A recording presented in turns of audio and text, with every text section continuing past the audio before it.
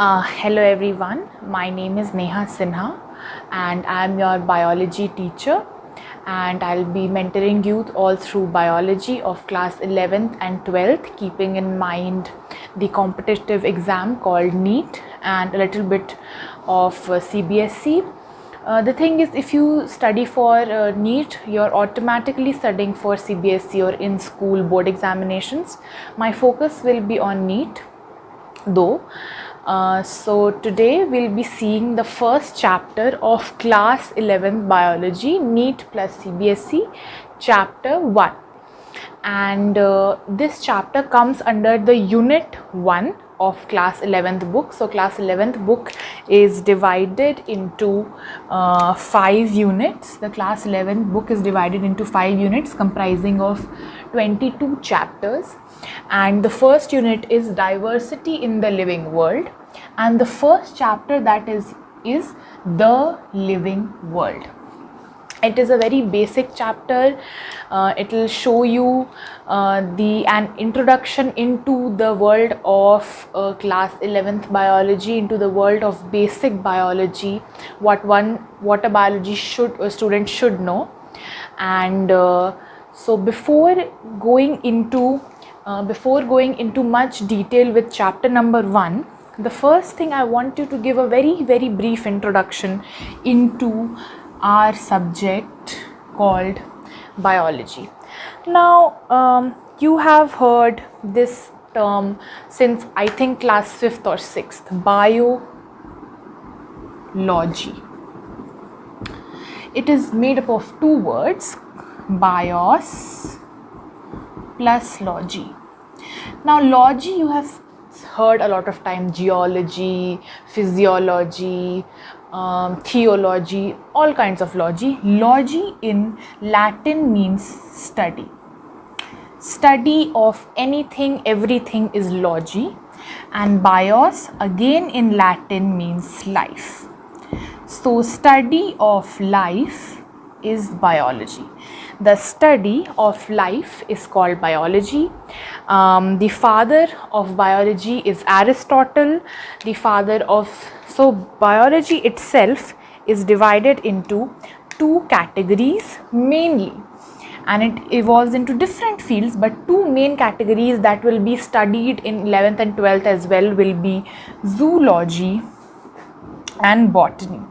So again, zoo means animal, and botany comes from botanical, which means leaves, flowers, plants.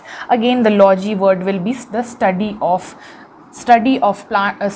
animals, zoology, study of plants, botany. And there the founders are called fathers.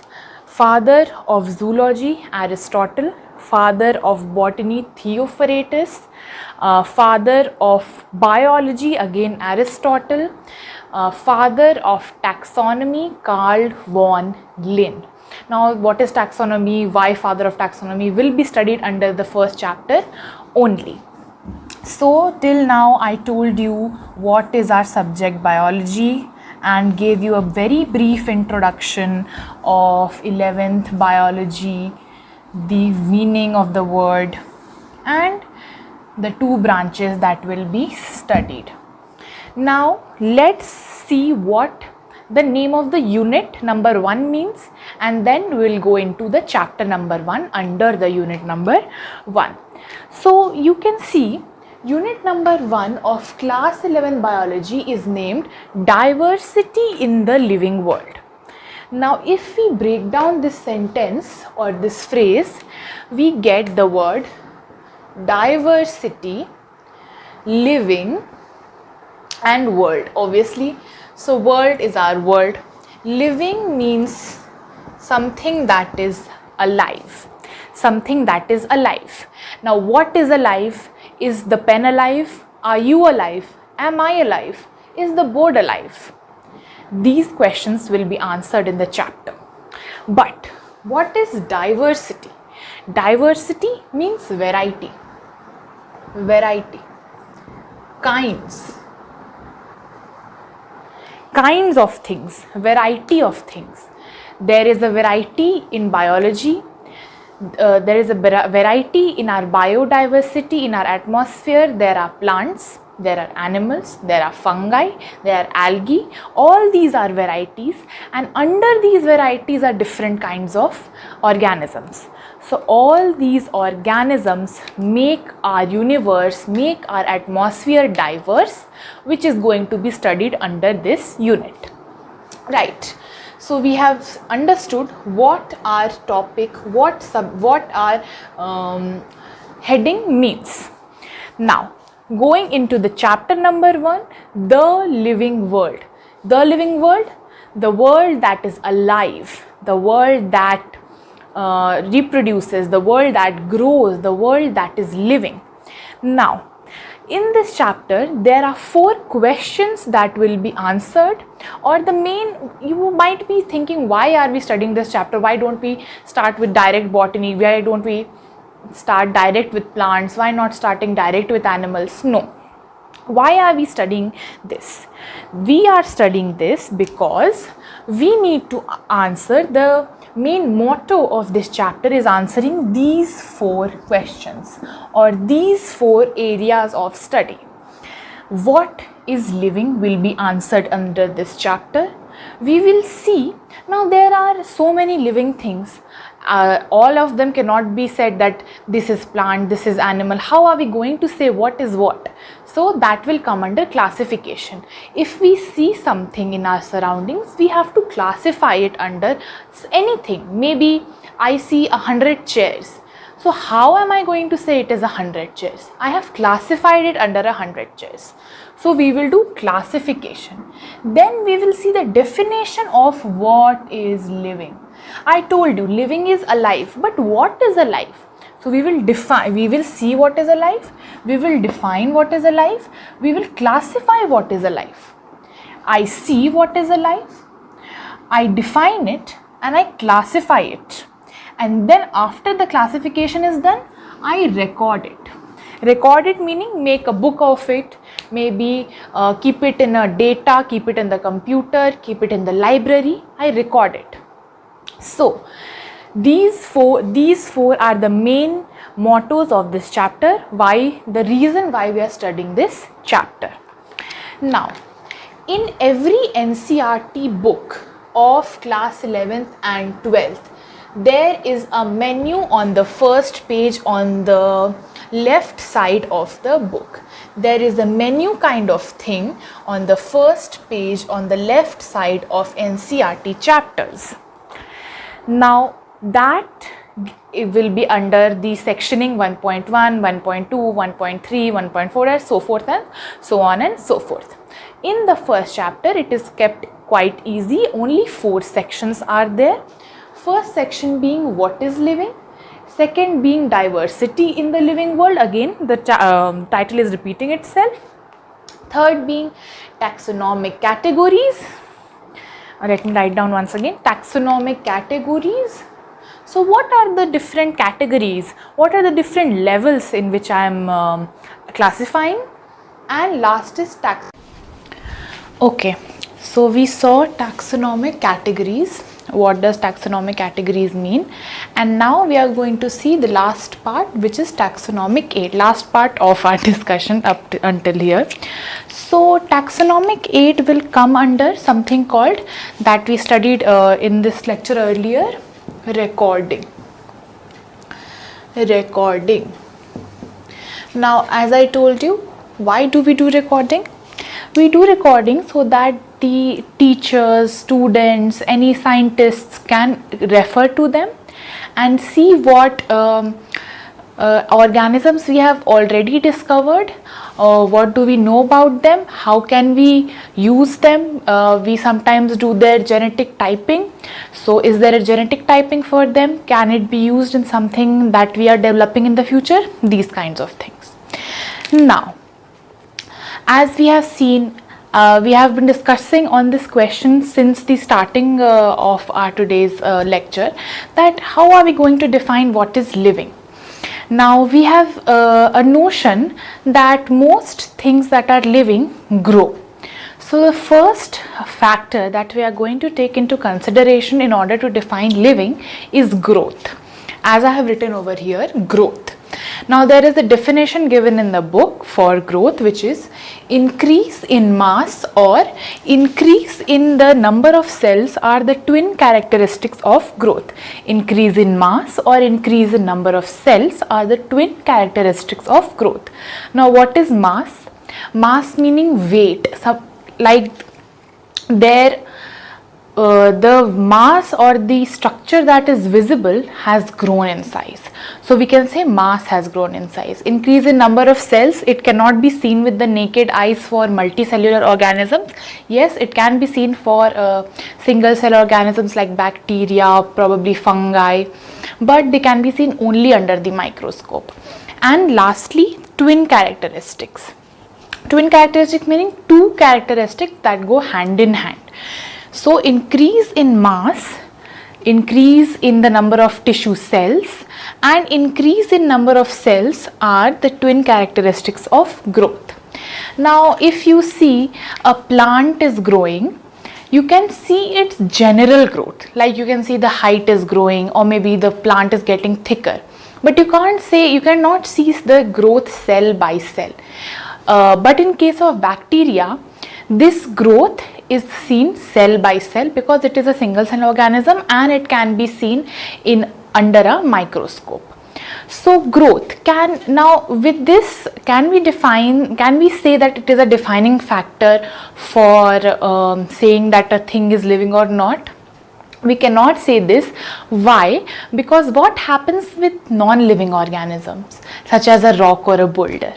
If I see a rock or a boulder now and I see it again after 10 years, there will be a significant amount of growth on the rock or boulder. Now is a rock or boulder living? No, it is not. Then again it has a growth in the mass. It has become hefty, it has become heavy. Now what has happened? A layer by layer of residue over the years has been accumulated over the rock and it is showing growth. And similarly, so this shows that growth cannot be taken as a factor for defining living or non-living. Why? Because in some cases non-living things accumulate mass over themselves and it can be characterized under growth. Therefore growth cannot be characterized under as a defining factor of living, because some organisms there is a visible growth like in plants, but in some you cannot see the growth with naked eyes, and that growth is a form of reproduction. As I am telling bacteria again and again, bacteria, the growth or the reproduction is the same thing. Why? This is my bacteria. If it divides, reproduces, mind you, into two different cells, what happens? Growth is also happening, reproduction is also happening. So we cannot define growth, we cannot say that growth is a defining factor in terms of whether a thing is living or non-living. Now there is one more thing why growth cannot be seen as a defining factor of living or non-living, and that is a very popular term nowadays called in vitro. In vitro and in vivo. Now growth is of two types. So let me write over here, GROWTH is of two types, in vitro and in vivo. In vitro meaning inside the body of the organism, in vivo meaning outside the body of the organism. Now growth can be also in vitro and in vivo. How? As I told you about bacteria, if I take a little bit of culture of bacteria meaning a colony or a cluster of bacteria in a test tube, and I give it the appropriate conditions for growing, it will start growing. It will happen outside. Or if I take a plant tissue, I can grow it in a test tube. So growth cannot be called as a defining feature of living because of these three reasons. One, it bacteria, it is growth and reproduction simultaneously. For something like a boulder or a rock, growth can be seen in non-living things, and it can be in vitro or in vivo. So growth cannot be called as a defining factor of living or non-living. Now we move on to something as reproduction. People say that a table or chair cannot replicate itself, it cannot make a copy of itself, but a living organism can make a copy of itself. So it can be defined as, this reproduction we can take as a defining factor of growth. Reproduction. Now what does the word reproduction mean? Reproduction. Now you can see it is made up of two words, re and production. Re means again, and production is to make. So the process of making something that is present again is called reproduction. Reproduction can be seen in bacteria, so bacteria being the most novel organism, and in humans being one of the most, now mind you, not the most complex but one of the most complex organisms. Okay, so reproduction. So why can reproduction be said as the defining factor of living or non-living? Let's see. So reproduction, most living organisms reproduce, but there is a catch, that something like a hydra. So let's say a hydra or a planaria go under something called as regeneration. Now it might sound very similar to reproduction, but it is not. Re is again, meaning again, but generation does not mean to make.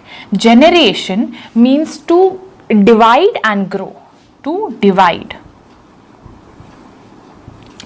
This happens in hydra and planaria.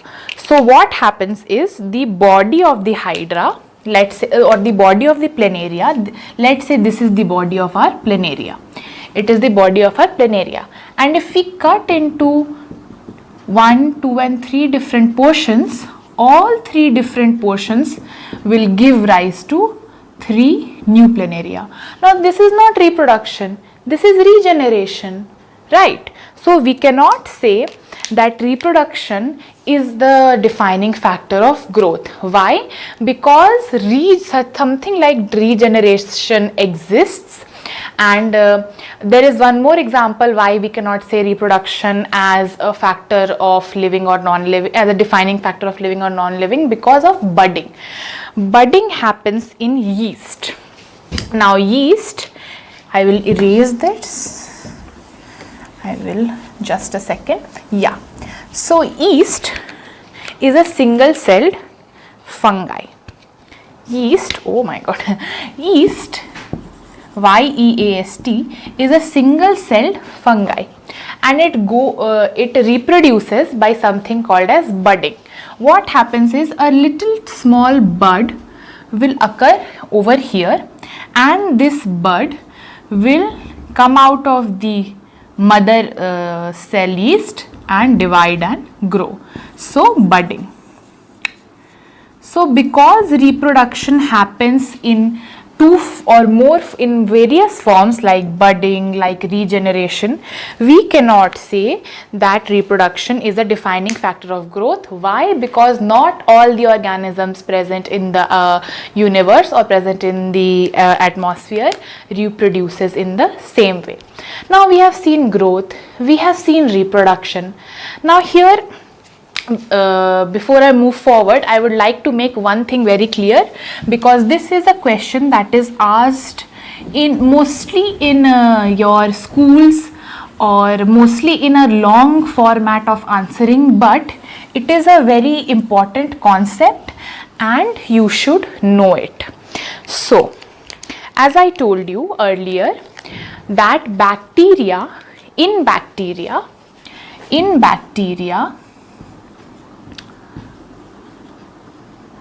growth can be also called reproduction. Growth can also be called reproduction. Now the question arises, why so? Why? Because a bacteria is a single cell organism, and when it divides with mitosis. We will study mitosis in the future, but mitosis meaning one cell divided into two different cells. There is an increase in number of cells as well as increase in number of mass. One cell has only divided into two, so the mass of the whole entire colony in a test tube has increased, but the cell number has also increased. This A has become 1 and 2. That's why we can say that in bacteria, growth can also be called as reproduction. Okay, now this concept is clear.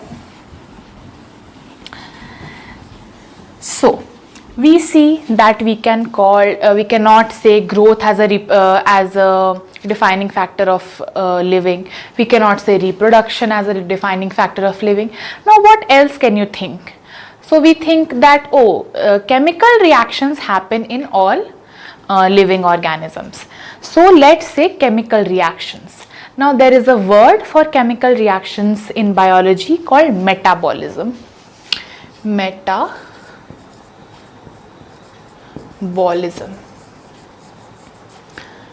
So very important. Let me first give you the definition of metabolism. Keep it in your mind forever. It will come again and again up until you are in a higher standard or in a higher class. This word repeats itself again and again, which is metabolism. So the definition is the sum total of all chemical reactions in the body. Body of what? Body of whom? Bacteria, fungi, human, elephant, body of a plant, anything. The sum total of all chemical reactions in the body. Now, what kind of chemical reactions are there? There are chemical reactions to digest food. There are chemical reactions to store food. There are chemical reactions to make energy from that stored food. There are chemical reactions to mix oxygen in the blood. There are chemical reactions to give out the waste products into the blood. There are chemical reactions that occur in our glands. There are chemical reactions that occur in our cells. All kinds of chemical reactions in the body they come under metabolism. Now, so yes, metabolism can be said as the defining factor of growth, but there is again a catch over here. Now we can do chemical reactions in a test tube. You might be studying chemistry, and you have been studying chemistry since I think 8th or 9th standard, and you have done very simple reactions in the test tube. Simplest being adding HCl to NaOH and you get salt. Now this is a chemical reaction. Now this is happening in a test tube. So is the test tube a living entity? No. Then the chemical reactions are happening inside it. Why cannot be it considered as a living entity? So now we see that metabolism can also not define fully, or chemical reactions cannot also define fully what is living. So the fact that there can be a chemical reaction outside an organism's body discards the fact that metabolism can be a defining feature of living. Now one more thing, that metabolism is sum total of catabolism plus anabolism. It is very basic. Catabolism means breakdown of larger molecules. Anabolism means making up of larger molecules. Now catabolism can be said as digestion and anabolism can be said as making of ATP. Alright, so we have seen three factors that I have written here. I have written growth. So growth, reproduction and metabolism we have discussed.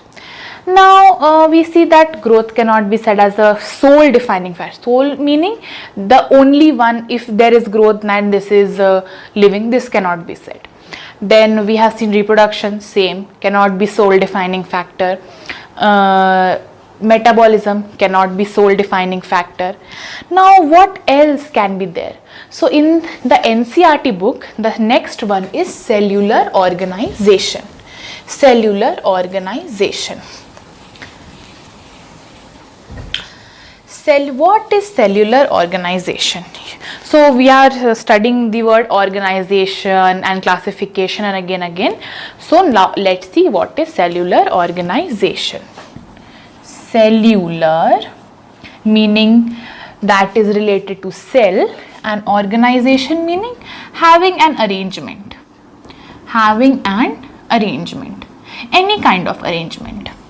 So if there, we can say that if there is a cellular organization, meaning a cell, there is a cell, cells are forming a cluster of cells, these are forming a tissue, tissues are forming organs are forming organ systems are forming organisms, right? So this is what is cellular organization.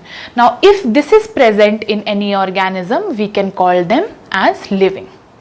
But there is again a contradiction that in some organisms, like such as the let's say platyhelminthes, the cellular organization stops at tissue level. There are no such organs. There are cluster of tissues making organ-like projections, but there are no organs. So can this be 100% sure? Can this be the sole factor or the only factor which can say that this organism is living or non-living? Again, no. There we can say that if an organism has cellular organization, it can be living, but it cannot be living also. Similarly, as it has been going on with reproduction, it can be, it cannot be because it is of various types. Metabolism cannot be sometimes because chemical reactions can happen outside the body also. Again, cellular organization, not all organisms are having cellular organization up until an organism. It can stop in tissue level, it can stop in organ level. So we cannot say cellular organization. Now one thing which is common in all organisms is response to stimuli. Response to stimuli. What is stimuli? Stimuli is the external factor, external thing that happens on a organism. Let's say there is a bacteria and I keep it in a hot temperature and bacteria, and it does not react good to, the bacteria is not very good that it can survive in a hot temperature. It will either die or it will make something that will make it survive in the hot condition. Now this is what is called stimuli. Putting a condition, like maybe poking a plant, I am giving it a stimuli. Adding water to the plant, I am giving it a stimuli. Adding sunlight to the plant, the sunlight is a stimuli. Any external factor making a change around the environment, any external factor, I am repeating myself because it is very important to understand what is stimuli. Any external factor that is making the surroundings or the environment around the organism different is called an external stimuli or a stimuli. So now we come to stimuli.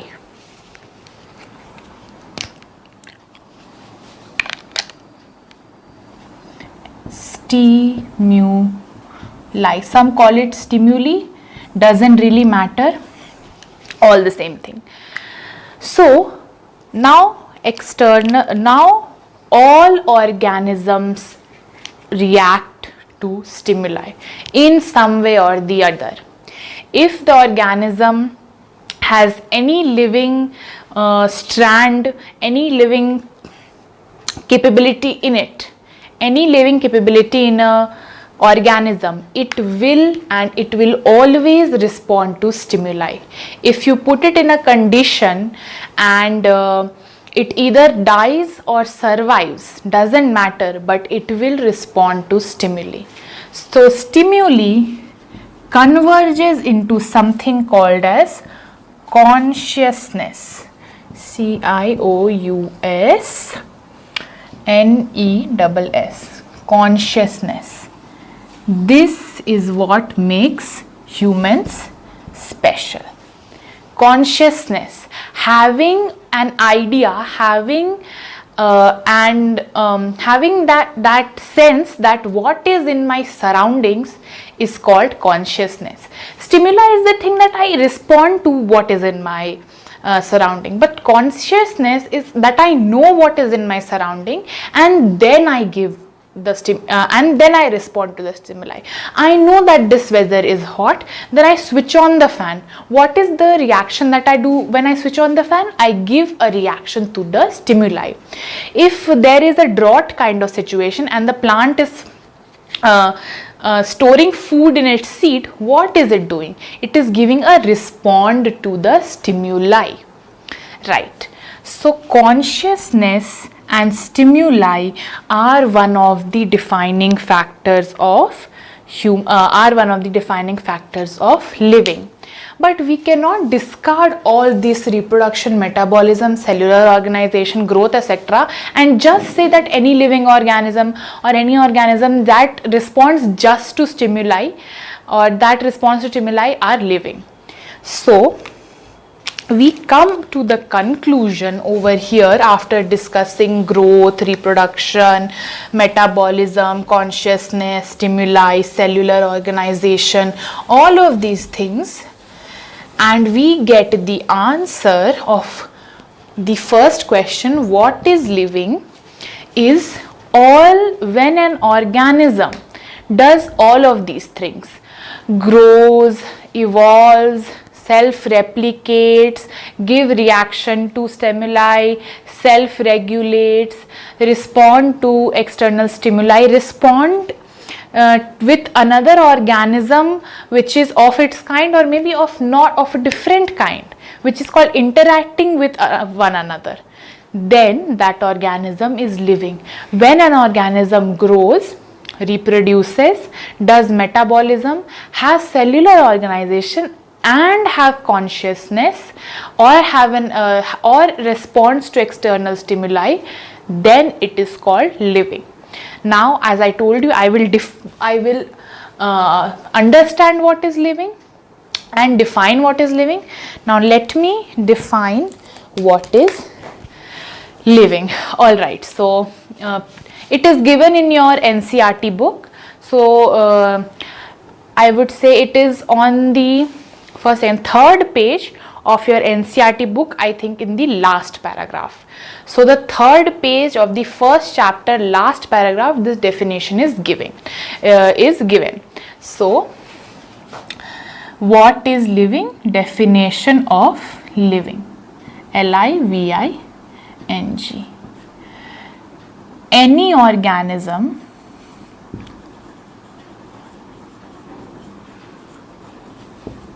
that is self-replicating,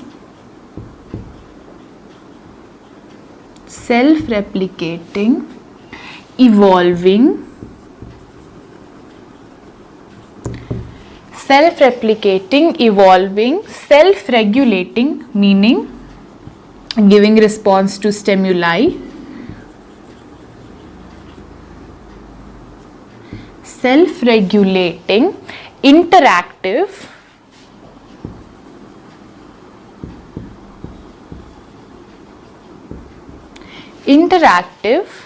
and responds to, so self-regulating means something, and responds to stimuli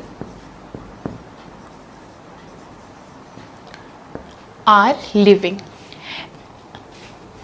Any organism that is self-replicating, meaning reproducing, evolving, growing with time, self-regulating, like as I told you, switching on the fan, switching off the, giving response to the environment, interactive, having an interaction within itself, meaning cell to cell interaction, or with another organism, like a plant can have an interaction with a bee or a earthworm, or a human can have an interaction with the bacteria or virus.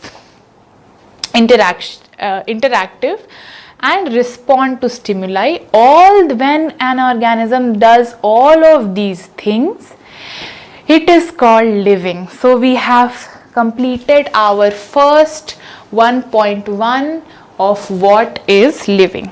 All or any organism which is self-replicating, self-regulating, evolving, interactive, and responds to external stimuli is called as living. Please give the first 3 pages of the NCERT a thorough reading, because all of what I have explained is in those 3 pages. Now, moving on to diversity.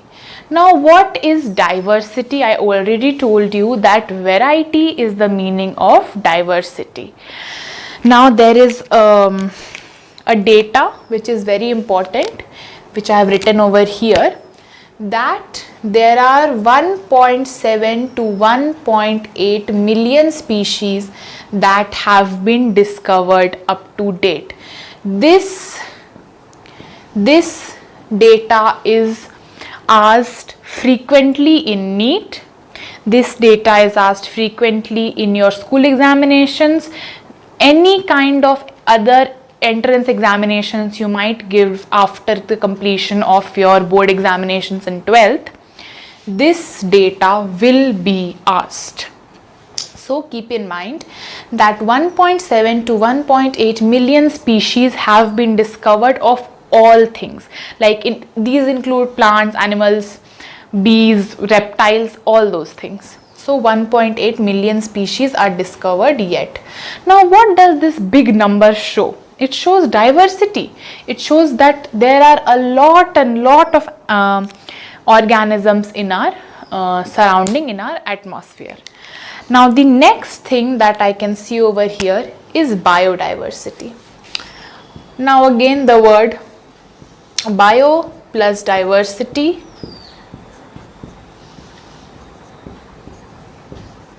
gives us biodiversity. Just a second.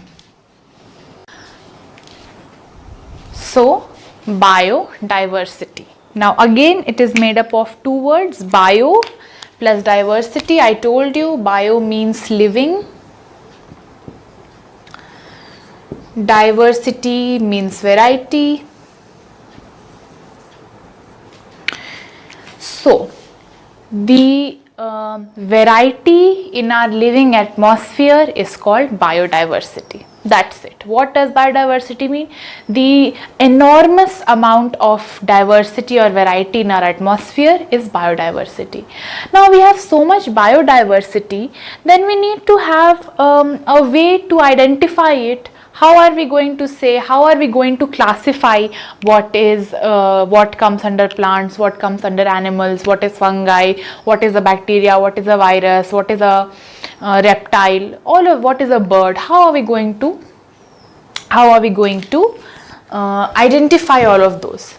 For that, we have created, or scientists over the years have created, a 3-step process. Now I have an abbreviation INNC for my 3-step process, but instead of remembering the abbreviation, it is much easier to remember what the 3-step process is. Identification, nomenclature,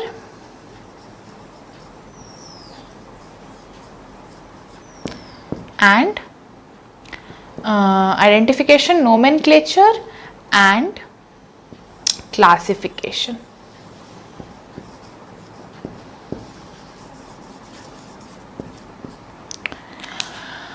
What does identification mean?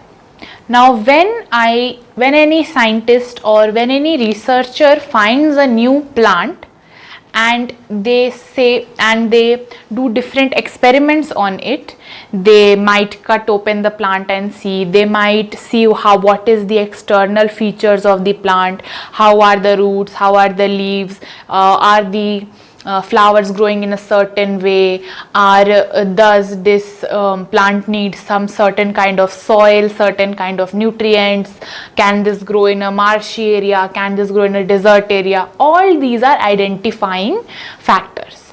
So we identify, we say that these are the things that are present in the plant, these are the things that it requires. So this is called identification.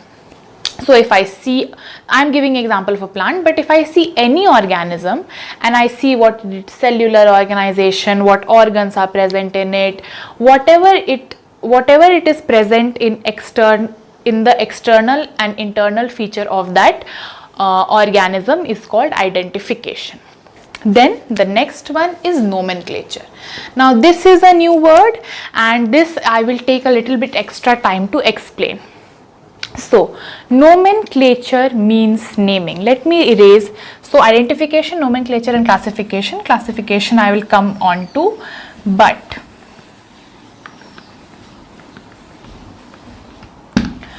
nomenclature. So I have written the name of Carl von Linnaeus, also called Carl von Linn or Carolus Linnaeus. He was a Swedish scientist or researcher who made the process of naming of biological entities or biological organisms, and that process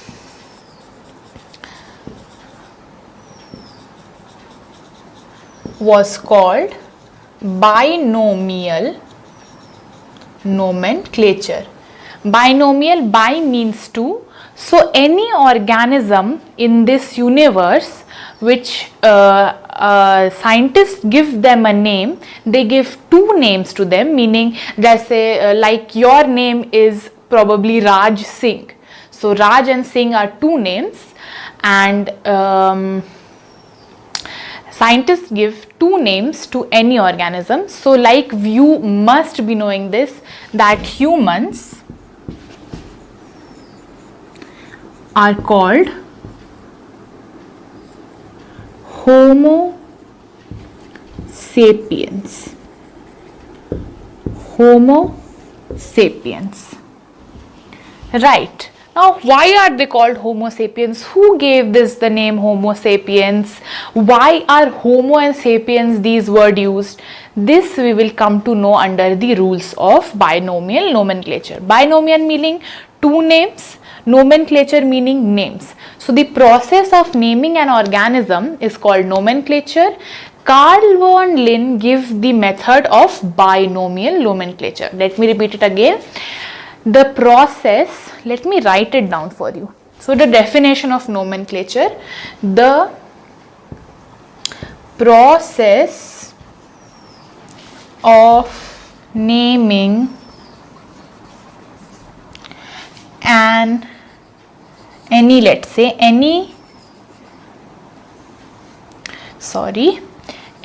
organism is called nomenclature. The process of naming any organism is called nomenclature. Carl von Linnaeus gave the method of binomial nomenclature. Why? Because let's say that Carl von Linné found a plant, and let's say he found the mango plant. Now he in his native language is calling it mango. I in my native language is calling it aam. Some other person in their native language is calling it something else. This will create a confusion in the scientific community. So in order to have easiness in studying any particular plant or any particular organism, he devised this method that any organism that will be ever discovered in the future or that have been discovered, he gave them a name, or the future generation will give them a name in a certain way, and this naming method will be followed universally, and it is followed universally, so that there is no confusion in the scientific community. Okay. So binomial nomenclature. Now there are a few rules in the binomial nomenclature, and all those rules will be clear in this one example, but I am going to give one more example which is given in the book. It is of mango. So as I told you, I told that Linnaeus found mango. He actually discovered mango, not discovered mango, he actually named mango, so which is given in the book. So mango, it is called Mangifera indica.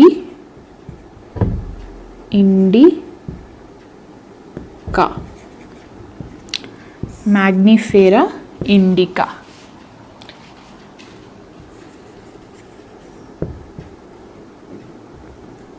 What is this? I will tell you later. So, how he named Mangifera indica with the help of certain rules. Rule number 1, that there will be two names. The first name will be given of we will write at the front the name of the species. Second will be name of the genus. These names are going to be in a language called Latin, L-A-T-I-N.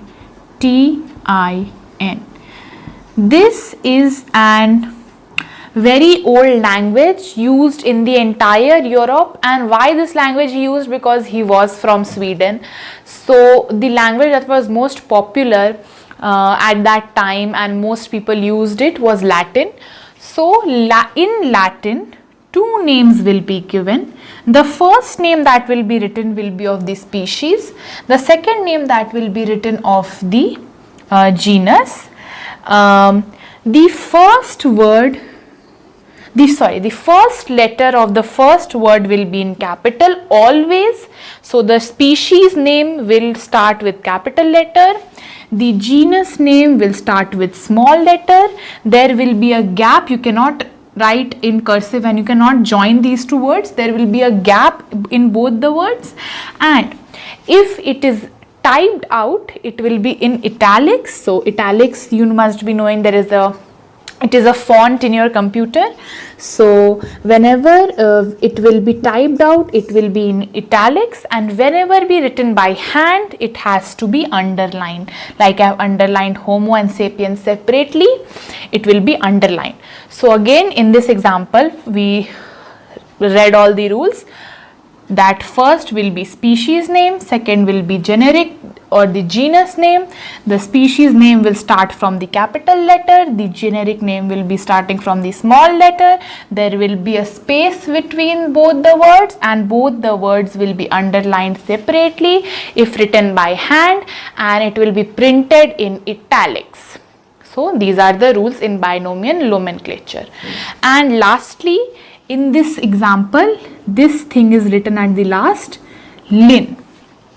So whoever discovers that plant and names that plant, the name of the scientist will be written in the first 4 letters of his name. and there will be a dot which will put after his name. So Mangifera indica Linn is Mangifera indica mango, discovered and named by Linnaeus. So I am going to repeat the rules once again with another example, and that example will be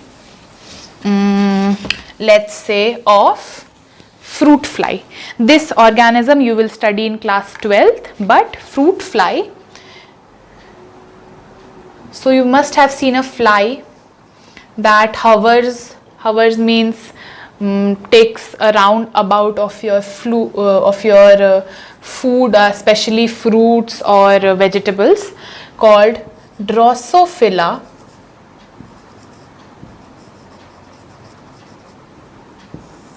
melanogaster.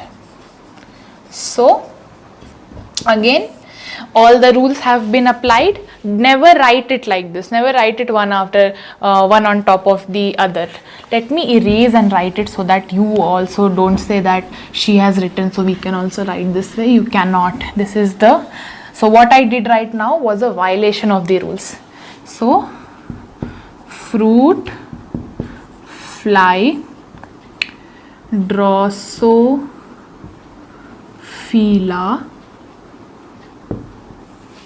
melanogaster. Let's see if all the rules are applying or not. Species name, generic name, both words underlined separately. There is a space between the words, and because it is written by hand, both words are underlined. First letter of the species capital, first letter of the genus small. So we are completed with binomial nomenclature and its rules, and we have also completed the second step of of the 3-step process. Now the last step after identification and nomenclature is classification. Acha. Before we move on to classification, I've read this over here. Systema Naturae is a book written by Carl von Linné or Carolus Linnaeus. It is a book written by him in which he has discussed how diverse our planet is, how much diversity is there in the living system. And also I saw this. So as I'm telling you, binomial nomenclature. Now there has to be a committee, or there has to be an organization worldwide which controls how naming should be done. So it is different for both botanical plants and zoological organisms. So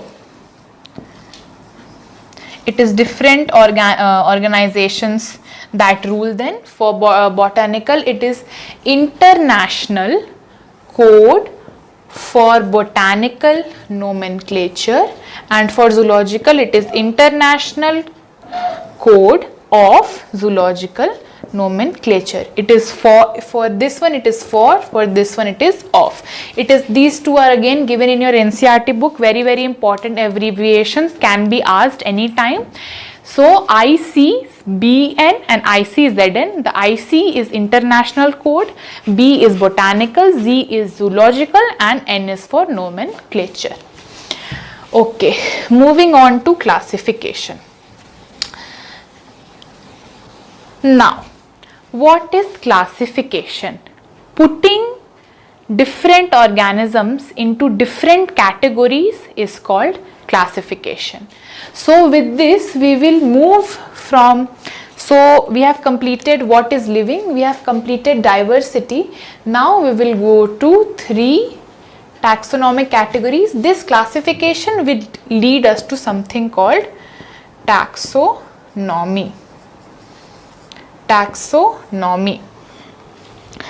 So, taxonomy.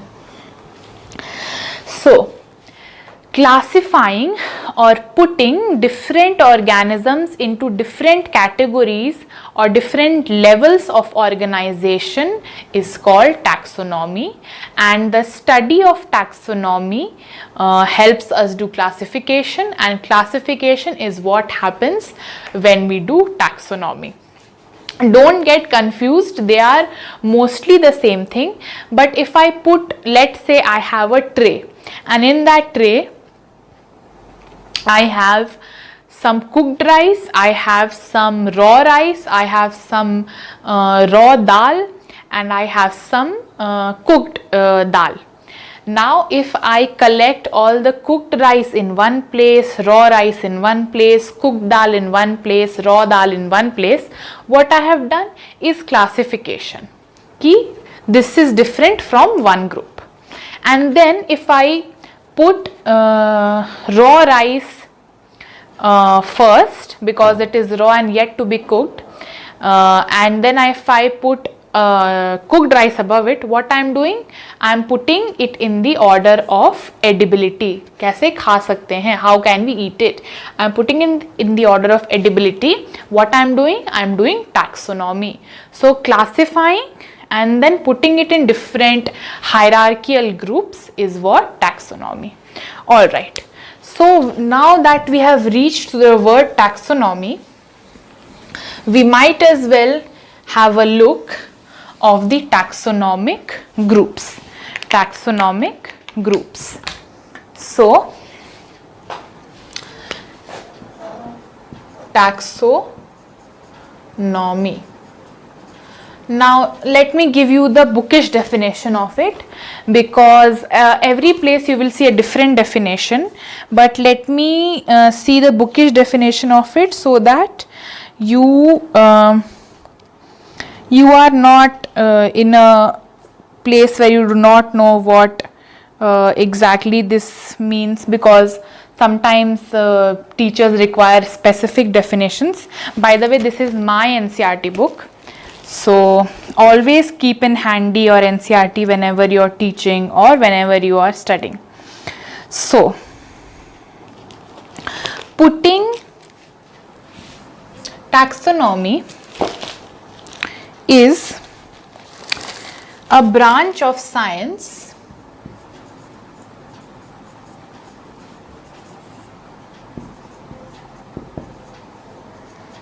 that includes rules of classification. So it is a branch of science, that has the rules by which classification will be done. Easy. That taxonomy is what I did when I define raw dal from cooked dal or raw dal. I classify it as raw and uncooked, raw and cooked. But how I say it is raw and cooked, that ruling system is taxonomy. Now, there are different categories in taxonomy, and there are 7 steps or 7 classification groups in taxonomy, starting from kingdom, phylum, class, order, family, genus, species.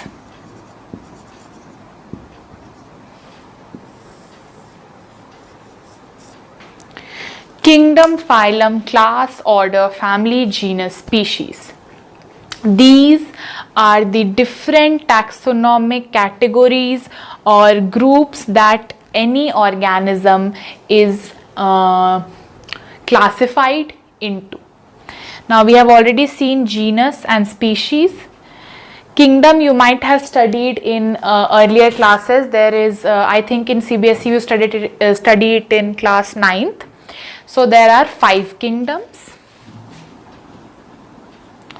And X number, a lot of species, X number of species. Now we see that the significance of the number 1.7 to 1.8 million species that are discovered, and there are so many more species that are not yet discovered. Okay, so let me tell that this is taxonomic categories. With the rule of taxonomy, we put them in these categories, and each of these categories are called taxon. Each category is called taxon. So the kingdom is a taxon, phylum is a taxon, class is a taxon. All of them are different taxons, and all of them together are called taxa. So this is singular and this is plural. So we have come up to identification, then we saw nomenclature, then we saw classification. With the rules of taxonomy, we classify or we do classification. Taxonomy has 7 different taxons or 7 different categories or 7 different taxa. Each taxa is known as a taxon. Those 7 taxa are kingdom, phylum, class, order, family, genus, species. Now, what are the significance of these kingdom, phylum, class, order, family, genus and species? Okay, let's see kingdom first. This is in this category, the organisms that are present have the least of commonality. There are 5 kingdoms I told you, 1, 2, 3, 4, 5. Monera, Protista, fungi, Plantae, Animalia. So all the organisms present in Monera, Protista, fungi, Plantae and Animalia have the least amount of commonality in them, meaning they will be having only few things that are similar in them. That's why they have been put under this broad, very big category called as kingdom. Let's take an example. Let's take an example from Animalia only. Human also come under Animalia, and fish also comes under an Animalia. This come under both human and fish come under Animalia. Now what do they have in common? Nothing but just the factor that they have an organ level system of organization. Similarly, algae and a tree, what do they have in common? Something that they both have a cell wall. Let's say fungi, a mushroom and a yeast, what do they have in common? Again, the cell wall that they have. So it is the broadest category, and organism put in one kingdom have the least amount of commonality. Now after kingdom there is phylum, after phylum there is class. Now with each step commonality starts increasing.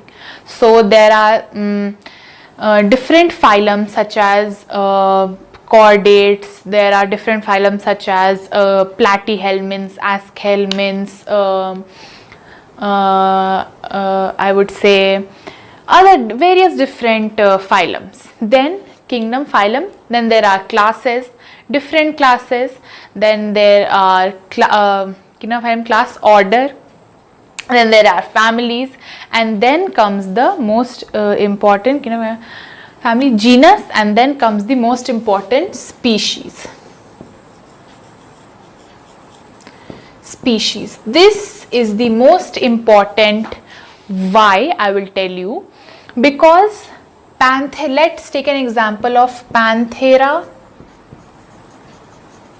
leo, which is lion, and Panthera tigris, which is tiger. Same example given in the NCERT book. Here you will see why species is the most important. First of all, as I told you, the broadest category, kingdom, least commonality. Species, the most small category, the most amount of commonality, probably 100% commonality, not every time but most times. So you can see the generic name of both, or the genus of both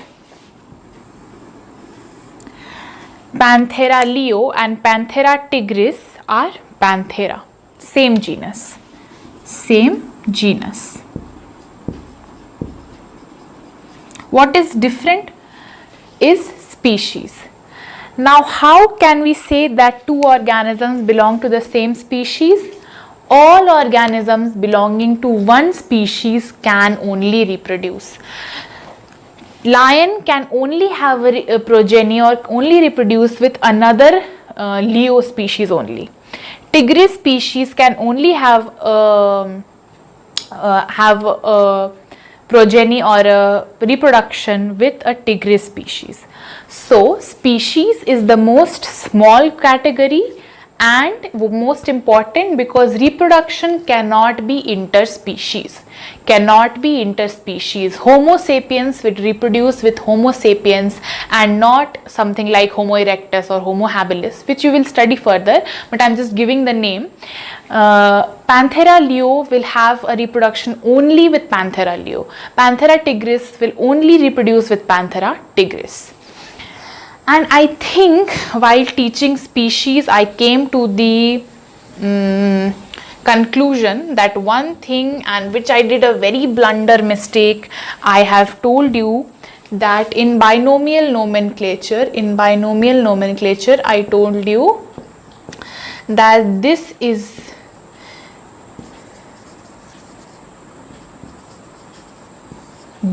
is the genus name, and I told you opposite. I'm so sorry, and this can be, I think this will make a very big difference, and if I haven't remembered it, you could have like cut off so much marks. I'm so sorry.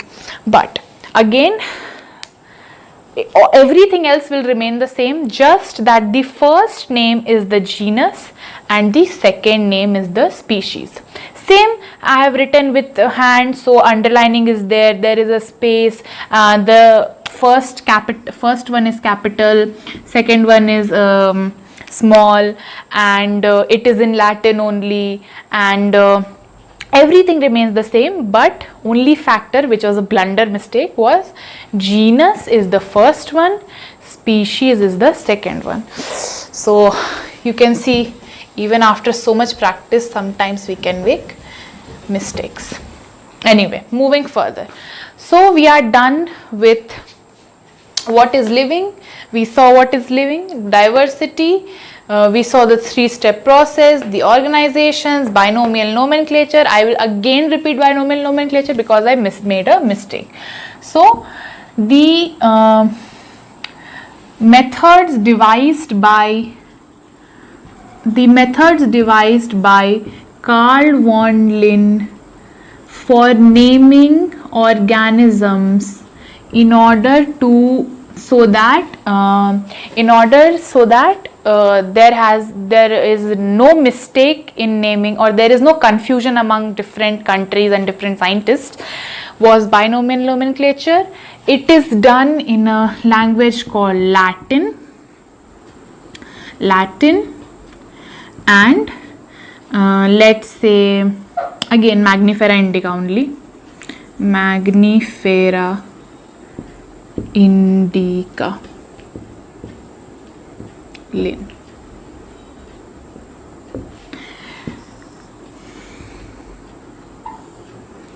So the first, repeating the rules of binomial nomenclature, first is genus name, first is genus name, second is species name, first letter of the genus is capital, first letter of the species is small, there is a gap between the two letters, both are underlined separately because it is written with hand. If they were to be typed, they were to be written in italics without the underlining. If they are typed, written in italics without the underlining. And there is this for the name of the scientists. So we have revised binomial nomenclature and we have rectified my mistake also. Now last thing, and then we did taxonomy. Now after we do taxonomy, one more field of classification was devised called systematics. It is similar. The only difference in systematics is that it takes into account evolutionary, relationships. Evolutionary relationships, meaning up until taxonomy, what we were seeing morphology or the external character of organisms and anatomy, internal characteristics of the organism. But when it came to a further more advanced system, systematics evolved, systematic came into the sight and it started taking evolutionary relationships into the,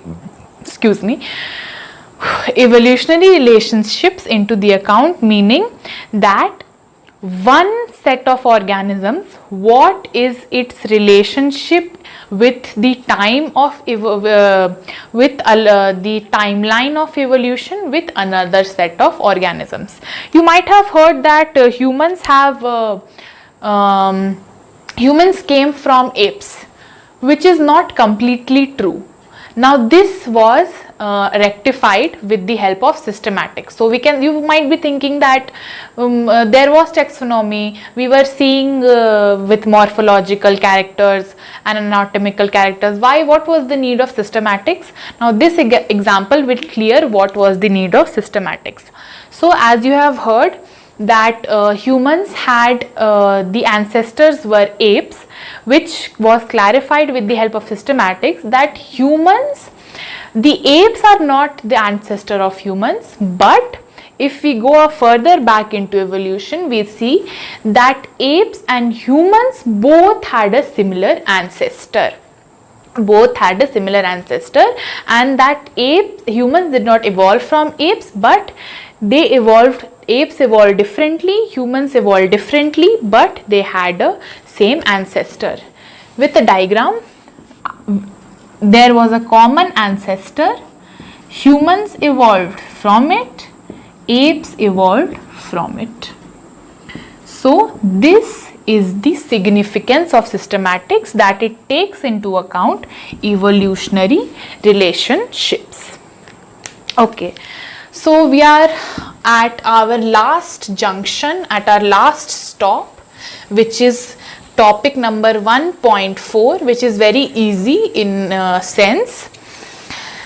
So we have done what is living, diversity done, taxonomic categories, meaning the 7 kingdom to species, the 7 categories done.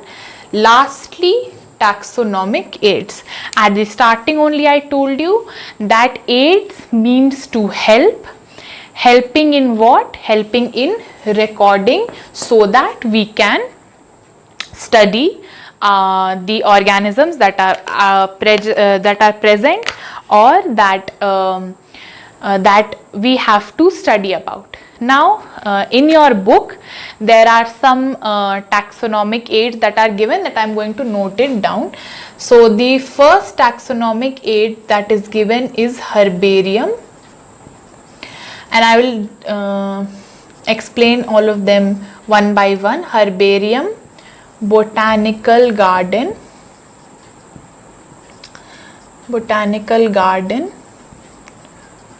zoo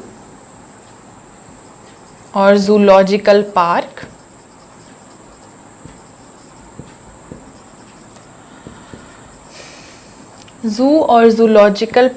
and I think the last one, yeah, museum, sorry, museum, and last one, key. Now the two that are new to you I will explain first and rest later. So the new is herbarium and key. Botanical garden, you have heard, you must have gone to a botanical garden also, and there is, I think, an example of botanical garden of Howrah, and Q are given, KEW in England, and one in Kolkata, which are very big and very popular, and their example has been given in your book. Then there is zoo. So zoo is botanical garden and zoo are same thing. Why? In a botanical garden the alive plant is kept, and in a zoo the alive organism is kept. So when an alive organism is kept for viewing and not kept for viewing and for studies and not as a picture of it, actual thing is kept in a park or botanical garden. So live organisms are kept. Then what is a herbarium? Herbarium is like a library. So what we do in a herbarium is, we take a plant, whenever a plant is discovered, the plant is taken, it is dried between the parchment papers, and it is put in a file, and all the 7 taxonomic categories are noted, and all the other things that are ever known about that particular plant is noted, written down and stored in a library kind of thing. That is called a herbarium. There is a special paper called herbarium paper which is available, and some schools even have herbariums in their school lab, and some schools will show you also the herbarium paper. So you can Google herbarium paper, and in that there is, so in a herbarium paper, it is a much bigger paper, and there is a space given to stick or the dried plant. There is places, there are lines which you can write the 7 taxonomic categories, and you can write other information about it in the herbarium paper. So it is like a library only for plants. So you can call it a library for plants. Remember what we are discussing. We are discussing aids, taxonomic aids. We are discussing taxonomic aids. Now you can see how recording, what the word recording has a significance over here. What we are doing, we are recording only. We are typing it down, we are writing it down, and keeping it in a safe place, right? Herbarium. So library for plants, botanical garden where you can see the plants alive, zoo where you can see the animals alive. Then we have museum. Again, replica or dead or skeletal or model remains are kept in a museum. So you can have an stuff. So some animals are stuffed, like butterflies or insects are pinned down. Some animals are stuffed. Some stuffed meaning if I kill not I, because killing is illegal now. Poaching or killing of organisms or shooting is illegal now. But if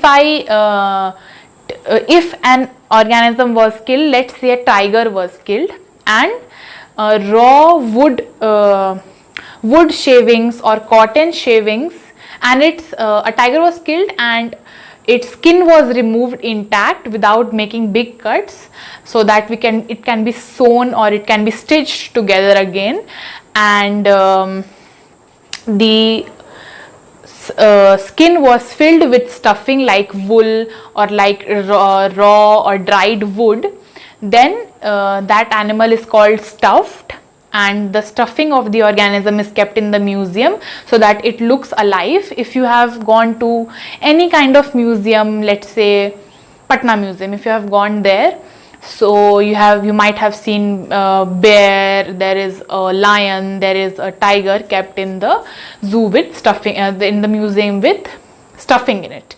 Then you can see pinned, meaning that a butterfly or insect, and pinning is only done for insects. So they are folded, nicely laid down on a wax kind of sheet, and pins are added on their wings so that they lay flat and they can be studied. So you can see replica, you can see dead organisms, you can see a model. So not the actual thing, but a big model of it or a skeletal remain of it, like in the National Museum, in London National Museum, you can find big replicas of dinosaurs. So it is very famous for that also. So yeah, so herbarium, dried plants are kept like a library. Botanical garden, live. Zoological park or zoo, live organisms. Museum, dead or stuffed organisms. And lastly, key.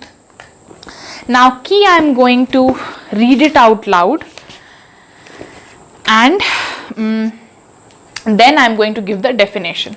So key, listen very carefully, because people get kind of this thing that it is not important or this is very difficult. No, let me read it out. Key is another taxonomical aid used for identification of plants and animals based on similarities and dissimilarities. Now till here what we are doing, we are only storing. Up until here we are only storing, we are not seeing that it is similar or not similar or different. But in a key, let me erase the entire thing, or let it be, okay, anyway. So we saw up until the fourth one, which is our museum one, that we are not taking into account that does it have similar characteristics, that is are different, nothing, we are just storing it somehow. But in key, it is a taxonomic aid in which we see similarity or dissimilarity.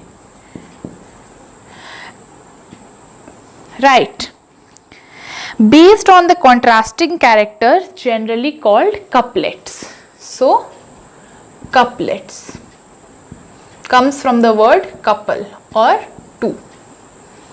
So in a key, what happens is we distinguish between two organisms with the help of a similarity or a dissimilarity, and each similarity dissimilarity set is called a couplet, and each couplet is called a lead. So you will see each statement is key is called a lead, and these are generally analytical in nature. So up until here it was only storing, but here it is analytical in nature, and a flora fauna, so it is kind of a manual. So key is a manual, manual of a car, you might have heard, manual of a product, anything. So what is a key? Key is a manual based on similarity and dissimilarity. Each dissimilarity and similarity is called a couplet. Each couplet or a statement is called a lead. Each couplet or a statement is called a lead, and these leads make up the entire manual, and you can distinguish and find new organisms, find or study about already known organisms. You can study about the flora, meaning the botanical surroundings, fauna, zoological surroundings, and different kinds of organisms. So with the last key, we have completed our chapter number 1, the living world. We saw what is living, we saw what is diversity, we saw what is biodiversity, we saw how the 3 rules with which we study biodiversity, we saw what is taxonomy, what are taxonomic categories, the 7 different categories. We saw that the kingdom is the largest category, which having the least commonality. We saw binomial nomenclature, we saw species having the most similarity that can reproduce among themselves, and then lastly we saw taxonomic aids, herbarium, which is like a library for plants, for dried plants. Then we saw botanical garden and zoological park, which is like a where we can see the actual organisms in front of our eyes. Then we saw museum, where they can be pinned like insects, stuffed like animals, they can have skeletons for our viewing and our studies. Then we saw key, which is the most important because it is something new. Each key is a manual based on similarity or dissimilarity. Each dissimilarity or similarity statement is called a couplet. Each couplet is called a lead. And flora meaning the plants around us, fauna meaning the animals around us. With this, we have completed our first chapter. Please go through it line by line.